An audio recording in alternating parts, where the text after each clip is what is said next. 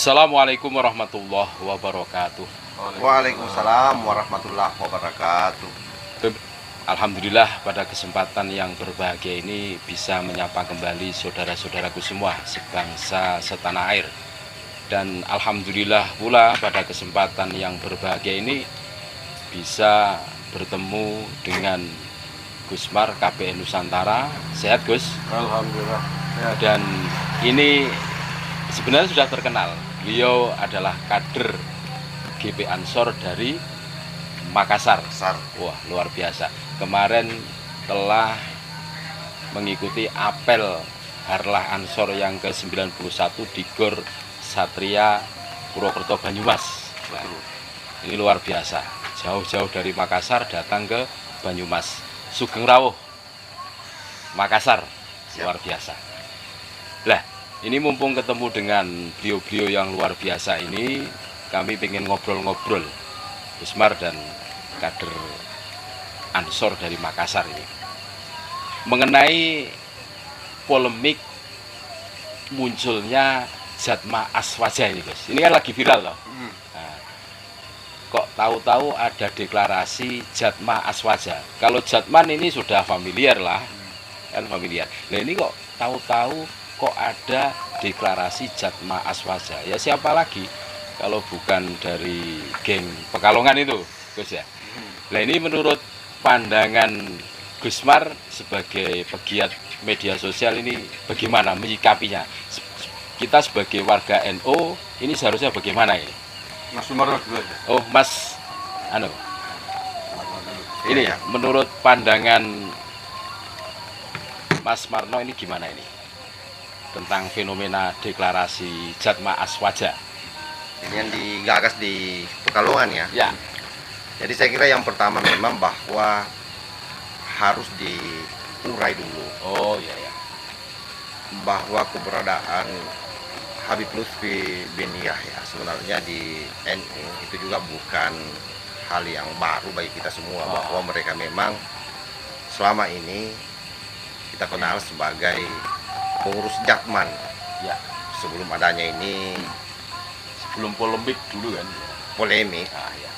yang menurut hemat kita sebagai orang yang rasional melihat persoalan bahwa keberadaan Jatman kala Habib Lutfi bin Yahya itu sungguh betul-betul membuat para Nahdien, khususnya orang-orang tarekat saya kira yang ada di kalangan Nahdien itu kebingungan. Kenapa? Karena kadang-kadang ini juga sudah jadi rahasia umum bahwa satu-satunya lembaga atau badan otonom yang hampir kala itu tidak mendengar ke PBNU adalah Jatman di bawah kepemimpinan Habib Lutfi bin Yahya. Ya. Dan bahkan sampai pada akhir kepengurusannya juga tidak kunjung melakukan proses pergantian kepengurusan bagaimana yang diamanahkan di dalam anggaran dasar dan anggaran rumah tangga atau PO PBNU. Karena kan Jatman ini bagaimanapun juga merupakan salah satu badan otonom yang ada di bawah naungan PBNU. Jadi segala sesuatunya ya harus berlandaskan aturan yang keluar dari PBNU. Nah, sampai kemudian pada akhirnya tentu sebagai organisasi besar ya, salah satu organisasi besar di seluruh dunia, tentu akan berupaya menjaga marwah dan martabat organisasi ini demi untuk menyelamatkan jamaah. Oh ya. Sehingga lahirlah keputusan dari PBNU yang melakukan beberapa kali pertemuan yang saya kira juga sahabat-sahabat bahkan warga Nahdien Sudah tahu lah bagaimana pertemuan yang dilakukan di Surabaya, dan bahkan saat itu kan ada perlawanan dari Habib Lutfi yang sempat bersurat untuk para pengurus Jatman wilayah ini untuk tidak datang di Surabaya, tapi rupanya hal tersebut tidak mampang. Betapa orang NU masih sangat loyal terhadap PBNU sebagai pimpinan tertinggi. Nah akhirnya pasca itu kemudian ada lagi pertemuan selanjutnya, dan disitulah terjadi proses pergantian yang memang secara langsung saya kira PBNU waktu itu melakukan sikap yang sangat tegas dan memperlihatkan komitmennya untuk bagaimana Jatman ini tetap terjaga. Terpilihlah Kiai Haji Khalwani dan termasuk Kiai Haji Ali Maskur Rumu saya sebagai mudir amnya. hasil kongres. Kongres. Dono Hutan kemarin. Nah, boleh saja efek dari ini semua tidak membuat Abah Lutfi berhenti, Patah semangat. patah semangat. Akhirnya membentuk Jatma Aswaja. Jatma Aswaja ini. Patman dulu. Sebelumnya kan Patman Patman ya. kala itu. Tetapi entah kenapa, ya mungkin nanti Kang Agus Mar yang akan bicara soal itu. Kenapa tiba-tiba terakhir ini muncul Jatma Aswaja. Jatma Aswaja. Nah, tentu bagi warga negara, saya kira siapapun ya, itu tidak dilarang untuk berserikat, membangun organisasi. Bahkan kalau kita merujuk kepada Perpu nomor 16 kalau tidak salah tahun 2017, ormas itu boleh saja tidak berizin selama dia tidak menabrak Pancasila dan Undang-Undang Dasar tahun 1945. Nah, oleh karena itu keberadaan Jatma Aswaja sebagai sebuah organisasi kemasyarakatan saya kira tidak ada masalah. Tidak ada masalah. Nah, yang menjadi soal saya kira adalah bagi orang-orang Nahdien ini, jangan sampai kemudian Bingung. bukan bingung, bukan bingung, jangan sampai kemudian ada orang yang masih tetap berjatman di bawah naungan PBNU dan juga ikut-ikutan nimbrung di Jatma Aswaja. Jatma Aswaja. Jatma Aswaja. Itu yang bahaya. Bahaya. Bahwa kemudian tidak ada pelarangan soal itu, tapi kan ini secara etis. Apalagi kita tahu bagaimana prosesnya.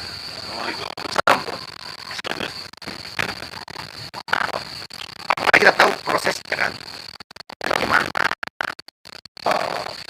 Pekalongan ini membentuk Aswaja. Kalau saya mau mengatakan bahwa secara tegas sebagai anak muda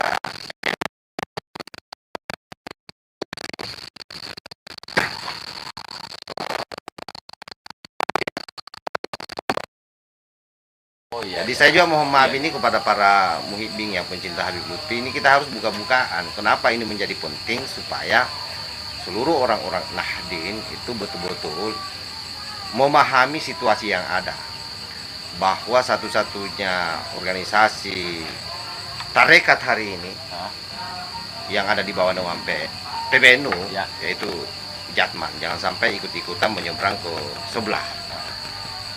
Dan soal tadi pertanyaan bahwa bingung, saya yakin orang-orang NU yang betul-betul NU ya tidak akan bingung. Sudah cerdas. Yang sudah cerdas, yang sudah tercerahkan, yang selama ini mengikuti proses atau diskusi soal Jatman, Patman dan hari ini menjadi Jatma, saya yakin tetap akan menentukan pilihannya yang terbaik lah.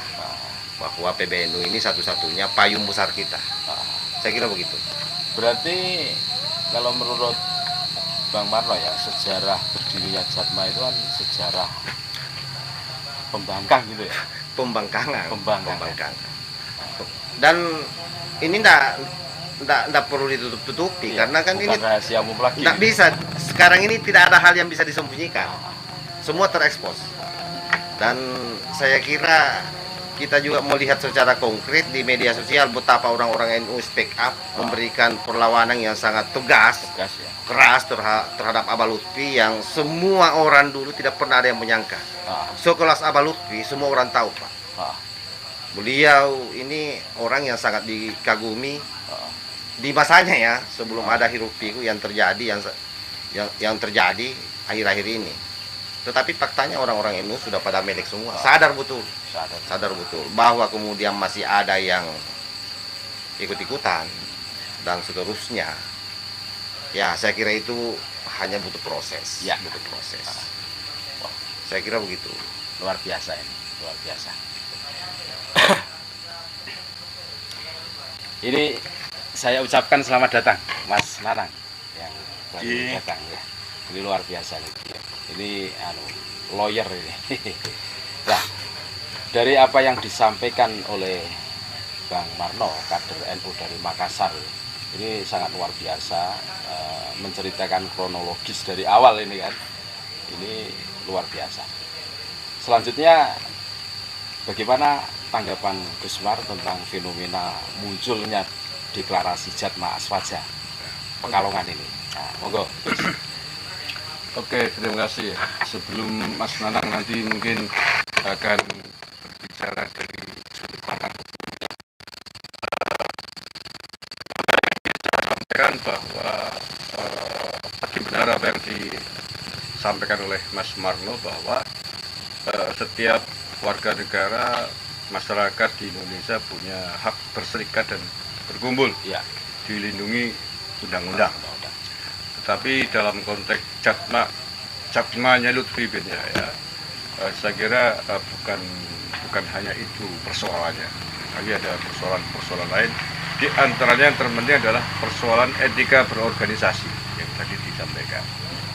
Jadi secara legal formal, ini sebelum detail nanti Mas Nanang menjelaskan, secara umum menurut saya tidak masalah, punya otoritas, punya hak membuat lembaga siapapun. Yang penting lembaga itu tidak bertentangan dengan prinsip-prinsip kita di dalam berbangsa dan bernegara. Nah, yang pertama dari sisi penamaan, Jatma kan singkatan dari Jamiah Ahli Thariqah Al-Mu'tabar. Nah, Al-Mu'tabar maksudnya apa? Yang terkenal, yang muktabar, yang diakui legal. Nah, dari sini sendiri kita sebenarnya perlu mempertanyakan tarikat yang akan diwadahi oleh Lutfi bin Yahya, tarikat apa? Muktabarnya sejauh mana gitu. Ini perlu dipertanyakan.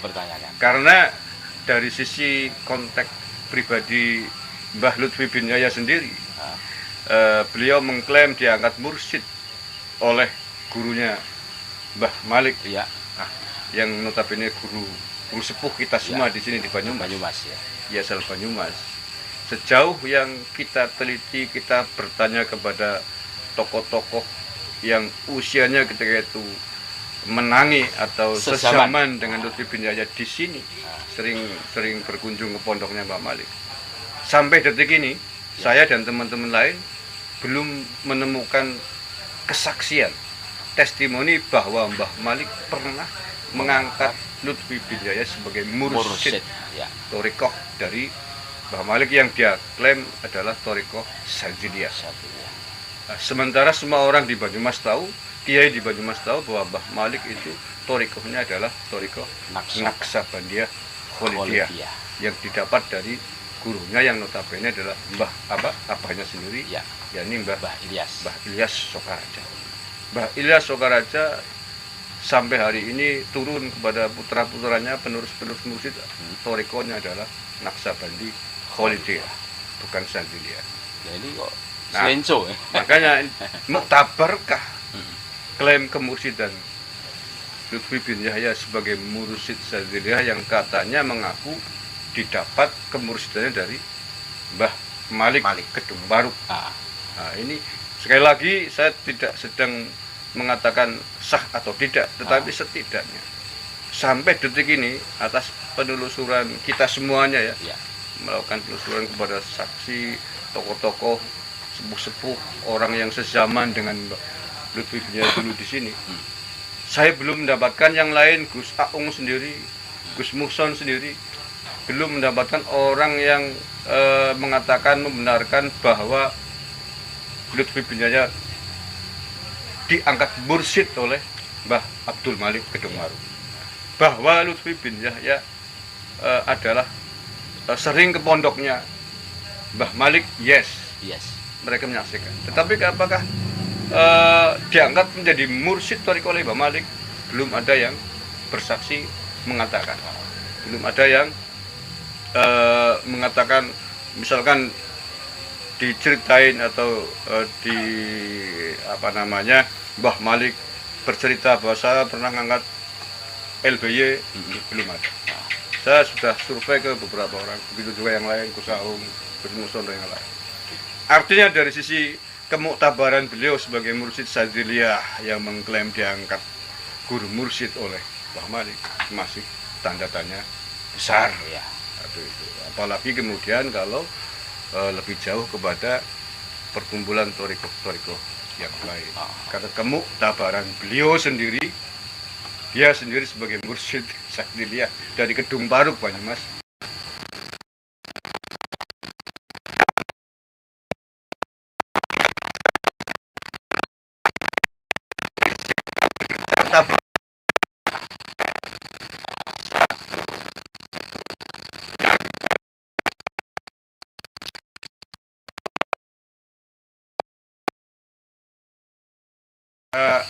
mursyid Thariqah, pengurus Jatman NU Ya. di semua levelnya, baik dari Jatman Aliyah atau Jatman Pusat, Jatman Wusto atau provinsi, dan Jatman Subiah Kabupaten seluruh Indonesia.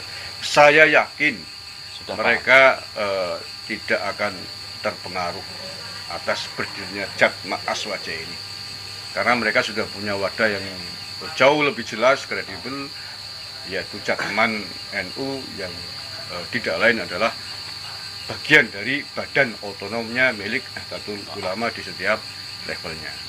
Akan tetapi ketika misalkan kalau ada pengurus Jatman yang mau bergabung dengan Jatmannya Lutfi bin Yahya, ya menurut saya malah bagus. Ya. Artinya untuk sekaligus sebagai seleksi alam. Ya. Oh, berarti dia masih lebih memilih Thariqah bersama dengan Lutfi bin Yahya bersama dengan Thariqah Ba'alawiyah, kalau menurut saya. Misalnya lebih tepat disebut Thariqah Ba'alawiyah. Thariqah yang didirikan oleh keturunan Ba'alawi Yaman. Nggak apa-apa, itu kan hak. Nah, tetapi kalau begitu ya harus konsekuen dong. Kalau milih gabung dengan barisannya Lutfi bin Yahya, Thariqah Ba'alawiyah ini mundur dong dari Jatman NU. Secara apa tadi, etika berorganisasi. Karena kelahiran Jatma ini tidak salah kalau dikatakan sebagai lahir dari didahului atas sikap pembangkangan Lutfi bin Yahya terhadap NU, dalam hal ini PBNU, karena beliau ketika itu kan Rois Am Jatman Pusat. Membangkang, gimana nggak disebut membangkang, membuat surat instruksi kepada pengurus Jatman untuk tidak menghadiri undangan PBNU. Itu kan pembangkangan yang terang-terangan, faktual. Nah, orang yang sudah membangkang kepada PBNU, kok ada pengurus NU mau ikut bergabung, berarti ikut barisan pembangkang dong. Ya, bersekutu dengan kejahatan. Kalau sudah ikut barisan pembangkang, ya jangan ikut barisannya NU. Menurut saya seperti itu. Saya kira Intinya berarti Jatma Aswaja itu dari apa yang disampaikan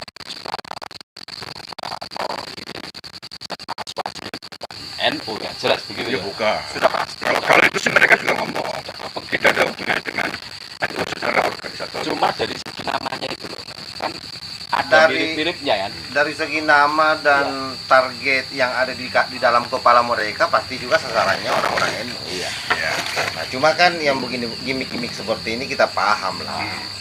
Mungkin tidak pede. Sebenarnya Kak, kalau saya secara lebih ekstrim sebenarnya, ketika orang bicara masalah tarekat harusnya tidak lagi tergiur dengan label-label seperti itu, harus kemudian membuat organisasi baru untuk menyaingi apa yang sudah ada, ya kira-kira begitu. Menurut saya yang sudah ada jauh lebih terhormat, jauh lebih mulia, lebih mulia, Lebih bayangkan muktabar gitu. lebih mutabar. ini sudah berapa puluh tahun kan usianya ini Jatman yang sudah ada di PBNU. Nah, mumpung saya ingat, Mas Marno kan bagian dari pengurus GP Ansor, Iya. baik di wilayah maupun di tingkat Pusat. pusat. Nah, kita kan sampai hari ini sering melihat ada orang beratribut Banser pada acaranya Lutfi bin Yahya di Pekalongan.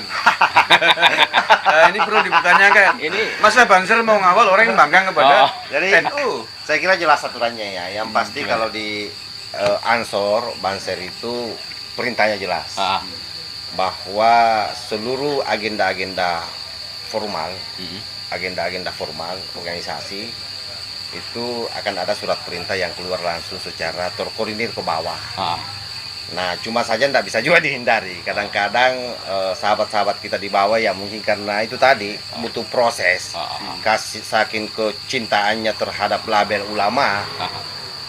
Dan semua orang paham lah bahwa yang namanya terutama Banser itu kan memang mengawal ulama. Jadi dalam perspektif sahabat-sahabat sampai hari ini, saya yakin bahwa mereka melakukan itu semua.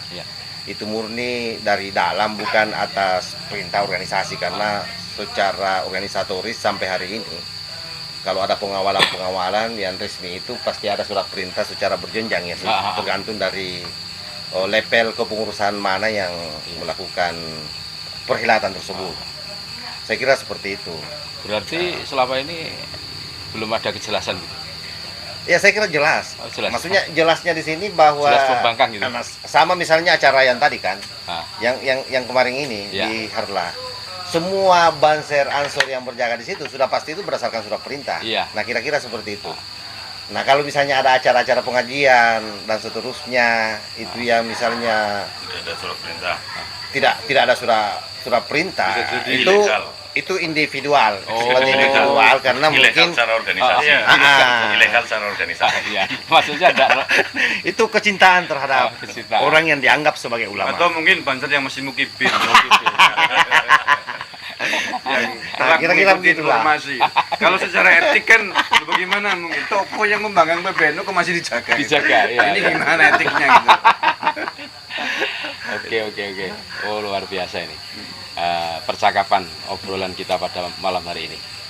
Ini mumpung ketemu dengan Mas Nanang ini, lawyer ini. luar Lawyer kita, biasa, lawyer dari kita ini. Nanang Sugiri, advokat Advokat Bata. Tribata. Banyumas. Saya banjar juga loh, Gus. Bansur, Siap. mantan Kasatpor ya? Masa Kasar Koyo Saya di sini. sebalan di Mojokerto. Oh, pernah sebalan. 2018. Moga Mas Nanang gimana perspektifnya? Tentang Jatma Aswaja ini dari kacamata Perspektif hukum ya. Perspektif hukumnya bagaimana ini? Baik, terima kasih. Mungkin saya belum bisa menelaah terlalu dalam, tapi beberapa poin bisa saya Simpulkan. simpulkan ya. Yang pertama bahwa kebebasan berpendapat, berserikat, berkumpul dan berorganisasi jelas kita sepakat bahwa Ya. itu dijamin dan dilindungi, diatur di dalam Undang-Undang Dasar 1945. Kita harus urai dari situ dulu. Jadi siapapun orangnya, warga negara Indonesia selagi memenuhi kriteria sebagaimana ketentuan peraturan perundang-undangan, berhak untuk membuat badan hukum apapun dalam hal tindakan apapun selagi itu sesuai dengan koridor dan aturan hukum yang berlaku. Kita dasari itu.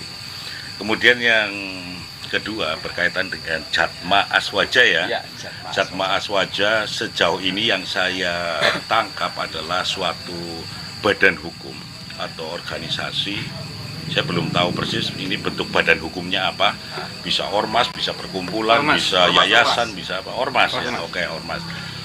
Ormas maka itu bisa didirikan di pusatnya di mana dan bisa dibuat cabang-cabang di daerah-daerah kabupaten provinsi yang ada di Indonesia. Itu bisa dilakukan. Dan beda sedikit pemahaman yang saya ketahui ketika bicara konteksnya perkumpulan, maka perkumpulan ini tidak beda jauh atau ormas ketika konteksnya hanya di suatu sekup wilayah tertentu maka tidak harus didaftarkan pada Kementerian Hukum dan HAM. Tetapi ketika sudah harus mereka targetnya adalah menyebar ke seluruh Indonesia, maka seyogyanya harus terdaftar resmi di Kementerian Hukum dan HAM. Ada hal yang menarik dari Jatma Aswaja yang bisa saya sampaikan pada kesempatan malam hari ini. Yang pertama adalah nama dan juga logo. Saya pun beberapa kali mengikuti medsos yang rame ya. Jadi logo Aswaja, logo Jatma Aswaja yang saya tangkap adalah adanya di tengahnya ada logo semacam bentuk apa kurang jelas. Kemudian ada tulisan Arab, itu apa tulisannya juga saya belum tahu ini apa tulisan dan artinya, tapi di situ diikat dalam suatu tali ya. Tali, terus kemudian ada bintang ya 1 2 3 4 5 6 7 8 9. Identik dengan di luar tali ini ada bintang 9. Kemudian nama Aswaja. Sedikit mengacu kepada perlindungan hukum terhadap suatu karya cipta dari suatu badan hukum yang sudah terdaftar resmi di dalam Kementerian Hukum dan HAM. NU lahir sebelum Indonesia merdeka. Kemudian di dalam perjalanannya melakukan penyesuaian terhadap Undang-Undang Badan Hukum, terdaftar di kurang lebih 2024 itu sebagai badan hukum dalam bentuk perkumpulan. Tentunya di situ bukan hanya sekedar visi misi anggaran dasar yang dituangkan dalam anggaran dasar, di situ juga ada logo logo organisasi, simbol-simbol organisasi, dan juga makna yang terkandung di dalamnya. Nah, saya berpendapat bahwa segala bentuk organisasi badan hukum yang sudah terdaftar resmi di Kementerian Hukum dan HAM, maka segala sesuatu perangkat yang ada di dalamnya adalah mendapat perlindungan secara hukum. Ini satu. Sehingga ketika ada kelompok lain ingin mendirikan sesuatu perkumpulan atau badan hukum serupa, bisa ditengarai karena sistem pendaftaran di Kementerian Hukum dan HAM melalui online. Contoh, saya ilustrasikan, badan hukum kan bisa saja nama CVPT juga badan hukum ya. Ketika nama itu sudah digunakan oleh badan hukum lain, maka secara otomatis tidak bisa digunakan oleh badan hukum yang baru akan didirikan. Karena gitu. Ya. Contoh, Nahdlatul Ulama disingkat NU. Ada ormas baru, perkumpulan baru ingin mendaftarkan dengan nama yang sama, otomatis ditolak. Otomatis ditolak karena sudah ada. Karena gitu. Dan ada beberapa kriteria yang memang diberlakukan oleh Kementerian Hukum dan HAM terhadap badan hukum itu sendiri. Setidaknya ada dua, saya kurang ini persis, sekitar 2 atau 3 suku kata untuk nama suatu badan hukum yang bisa diterima verifikasinya di Kementerian Hukum dan HAM. Nah, berkaitan dengan sistem yang ada di Kementerian Hukum dan HAM, ini melalui pendiriannya harus melalui notaris, notaril dan notaril yang mengupload ke Kementerian Hukum dan HAM, karena sistemnya online. Sistemnya online sehingga sangat dimaklumi ketika ada error dan sebagainya. Tetapi tidak menghilangkan hak pelindungan hukum terhadap suatu badan hukum yang sudah terlebih dahulu terdaftar resmi di Kementerian Hukum dan HAM. Kenapa saya sampaikan demikian? Di situ ada logo tali dan juga bintang 9 yang ada di luar tali. Itu saya rasa sudah melekat di dalam ugorampe ya. Hal-hal yang mengikuti pendaftaran legalitas ke Kementerian Hukum dan HAM yang dilakukan oleh Nahdlatul Ulama. Ya, logo ya, dan juga nama, karena visi misi itu juga melekat di dalam anggaran dasar atau tujuan daripada perkumpulan atau organisasi. Aswaja itu kan identik ahli sunnah wal jamaah. Itu adalah sebagai saya yakin, coba searching aja di dalam anggaran dasar, anggaran rumah tangga Nahdlatul Ulama itu sudah masuk dalam ideologi. Tidak bisa dicatut oleh orang lain serta merta tanpa ada komunikasi yang baik dengan NU. Itu siapapun orangnya, kelompoknya silahkan membuat, karena dilindungi undang-undang, membuat badan hukum apapun, tetapi tidak boleh mencatut ya baik logo, visi, nama dan lain sebagainya yang sudah terlebih dahulu terdaftar di Kementerian Hukum dan HAM. Ya, kemudian kalau itu terjadi, kan itu pertanyaannya, kalau itu terjadi apa yang bisa dilakukan? NU, PBNU bisa melakukan tuntutan hukum baik secara pidana maupun secara perdata. Di dalam Undang-Undang Hak Kekayaan Intelektual itu diatur. Ya, karena itu secara otomatis melekat. Yang bisa menganulir siapa? NU sendiri. Apa itu? Makna itu apa? Kamu menyerupai dan menggunakan yang sudah digunakan oleh NU itu sendiri. Dan secara pendapat dalam ranah sisi lain, ya jelas ini sangat tidak baik ketika ranahnya tentunya adalah, saya berpendapat ini kan akan memecah belah. Ini tujuannya pasti akan memecah belah, dan kesuksesannya adalah ketika ini dibiarkan. Kembali lagi pada yang bersangkutan, siapapun orangnya ini yang mendaftarkan dan mendirikan badan hukum itu sendiri, NU juga harus tegas. Dia masih tercatat terdaftar sebagai anggota NU enggak? Karena di dalam ADART NU jelas ketika dia mencoreng nama NU, merusak dan sebagainya, NU secara organisasi bisa mengambil tindakan secara organisasi. Itu seperti itu secara singkat. Wah, luar biasa. Berarti PBNU berhak ya? Bukan berhak, sangat berhak. Justru yang sangat berhak adalah NU. NU. Ini mudah-mudahan didengarkan ya.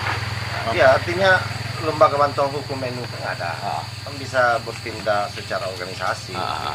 Bentuknya apa tuh, semacam gugatan atau apa ya? Bisa, makanya dalam sejauh ini yang saya pahami adalah tuntutan itu bisa dilayangkan dari sisi perdata ataupun pidana. Oh iya. Walaupun bentuk logonya tidak plek jiplek gitu ya, itu bisa ya? Kan ada tadi Identik. Identik. Masalahnya ada identik di situ. ada aset-aset logo yang dipakai gitu ya. Makanya kita cross check di dalam makna logo yang diajukan oleh Jatma Aswaja itu sendiri, Ya. itu apa? Kalau sama maknanya dengan NU ya jelas nggak boleh. Tidak boleh. Oke. Tetapi dari segi simbolik yang ditampilkan dari logo itu sangat jelas sekali bahwa itu akan berupaya mencaplok warga NU. Iya. Karena di alam bawah sadar warga Nahdien hari ini, Mengelabui ya. ketika sudah melihat tali yang terikat seperti itu, lalu ada logo bintang 9, ini sudah ratusan tahun bos tersimpan di kepala. Iya. Dan bisa jadi besok lusa Patman yang berkegiatan, Patma Aswaja yang Aswaja. berkegiatan, orang-orang NU berbondong-bondong datang di sana karena dia pikir loh NU. ini NU ini. Ya, Nah tapi dalam sisi itu saya kira luar biasa lah Gem Pekalongan ini memikirkan segala sesuatunya untuk jangka panjang, dan saya punya keyakinan juga orang-orang di PBNU pasti juga akan memikirkan ini dan mendiskusikan ini seperti apa upaya-upaya yang dilakukan ke depan, terutama saya kira dalam rangka membentengi orang-orang NU Warga untuk NU, tidak iya. menyeberang ke sana. Ya, kalau saya sepakat dengan Mas Nanang itu tidak boleh dibiarkan. Ya. Karena ke depan jadi nanti ada mantan pengurus atau mantan ketua GB Ansor, mantan ketua Banser Pusat kecewa ya dengan pimpinan sekarang karena tidak terakomodir kepentingannya, bikin apa nanti Bansor Aswaja itu atau apalah gitu ya yang mirip-mirip itu dengan logo sama segitiga juga. Itu juga demi kewibawaan organisasi yang telah didirikan oleh para pendiri NU dengan darah-darah, air mata gitu. Ya artinya sebetulnya peran daripada negara melalui lembaga Kementerian Hukum dan HAM-nya ini mesti juga harus mengevaluasi kinerjanya. Artinya tidak demokrat betul bebas, semua bebas membuat ormas apapun, tetapi ya kan setidaknya tidak hanya melihat hal-hal yang sifatnya aktual saja. Artinya apa? Ada maksud apa di belakang itu juga harus ditelaah dengan baik sehingga ke depan ini tidak memicu hal-hal yang sifatnya kontroversi seperti ini. Jadi penilaiannya bukan hanya normatif toh 3 suku kata, terus kemudian nama tidak boleh sama, tidak boleh menggunakan logo yang sudah digunakan. Tidak seperti itu saja. Artinya ketika memang perkembangan ke depan Kementerian Hukum dan HAM bisa melakukan terobosan, ini ormas ini tujuannya apa kan bisa dianalisa. Ketika para pendirinya, jejak-jejak para pendirinya itu siapa? Artinya harus lebih dalam Harus kajiannya. lebih dalam kajiannya. Secara Tidak hanya substansial. seperti itu. Tidak hanya legal formal ya. Betul. Dan tidak hanya dilakukan secara sistem online. Jadi kita berharap bahwa lembaga Harus ada tim. Iya. jadi lembaga negara ini jangan sampai hanya menjadi alat bertengkarnya ormas. Alat legalisasi kelompok yang lagi. kira menelisik lebih dalam demi keutuhan bangsa dan negara kan, tujuannya Betul, ya. demi keutuhan umat. Iya, karena kan bangsa kita ini lelah kalau ngurusi konflik terus, Pak. Melihat substansinya.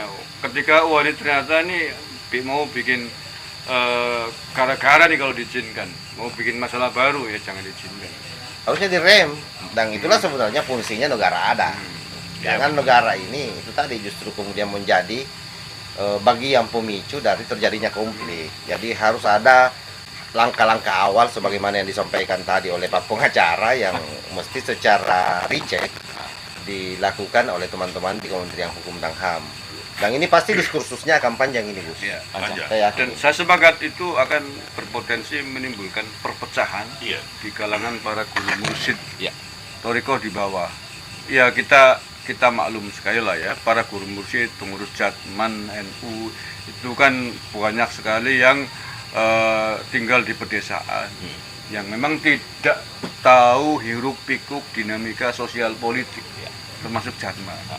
Ya, boro-boro mengikuti perkembangan medsos. Ya mungkin di tingkat-tingkat level elit mungkin ya, tapi di bawah kan ya memang tugasnya beliau-beliau ini para guru mursyid memang membimbing umat, Ngajar ya. Jadi kita memang berharap ya, pasca adanya organisasi baru ini, saya sebenarnya malas menyebut namanya. Itu orang-orang NU juga secara struktural Ya. memang melakukan sosialisasi terkait dengan situasi yang ada ini, sehingga itu tadi tidak sekonyong-konyong orang karena melihat ada tali di situ di logonya ada bintang 9 lalu kemudian ikut-ikutan karena menganggap ini juga NU. Jadi sekali lagi bahwa organisasi di bawah naungan PBNU kalau bicara soal tarekat saya kira clear itu Jatman. Jatman. Dan Jatman bukan NU. Iyalah. Jatma Aswaja bukan NU. Jatman Aswaja bukan NU. Satu lagi Mas, mungkin saya berpendapat, ini pendapat pribadi ya. NU itu organisasi yang sangat besar dan sangat bagus, kuat sekali di dalam perlindungan anggota organisasinya dalam anggaran dasar dan anggaran rumah tangga, sangat kuat, termasuk peraturan organisasinya.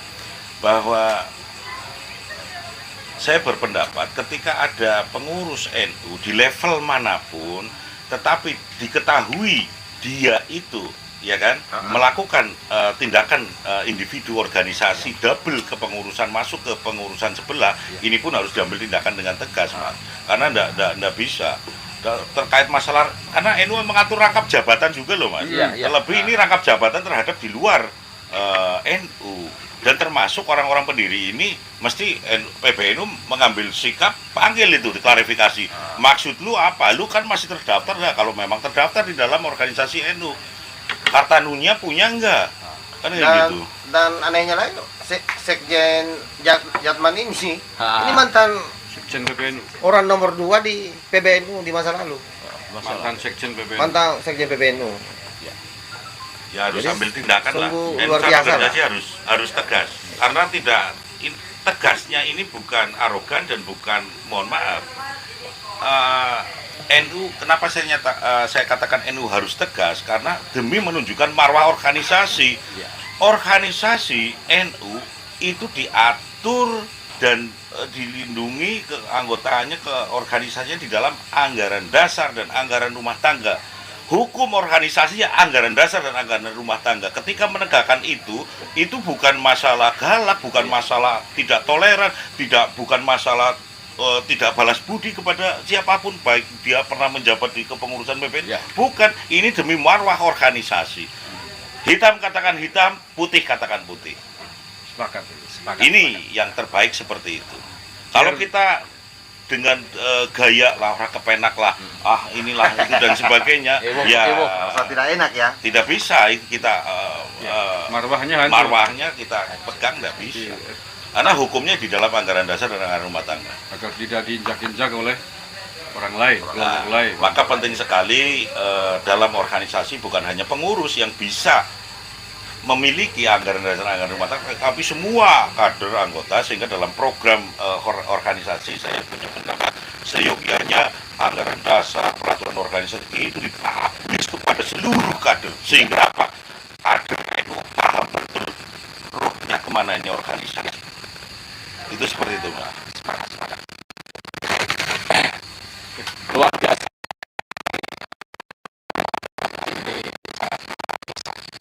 Untuk pengurus dan PR untuk pengurus PBNU ketika logo ataupun apapun yang berhubungan nama yang berhubungan dengan NU itu harus termasuk pengurus-pengurus yang di situ berpijak dua kaki harus ditindak tegas.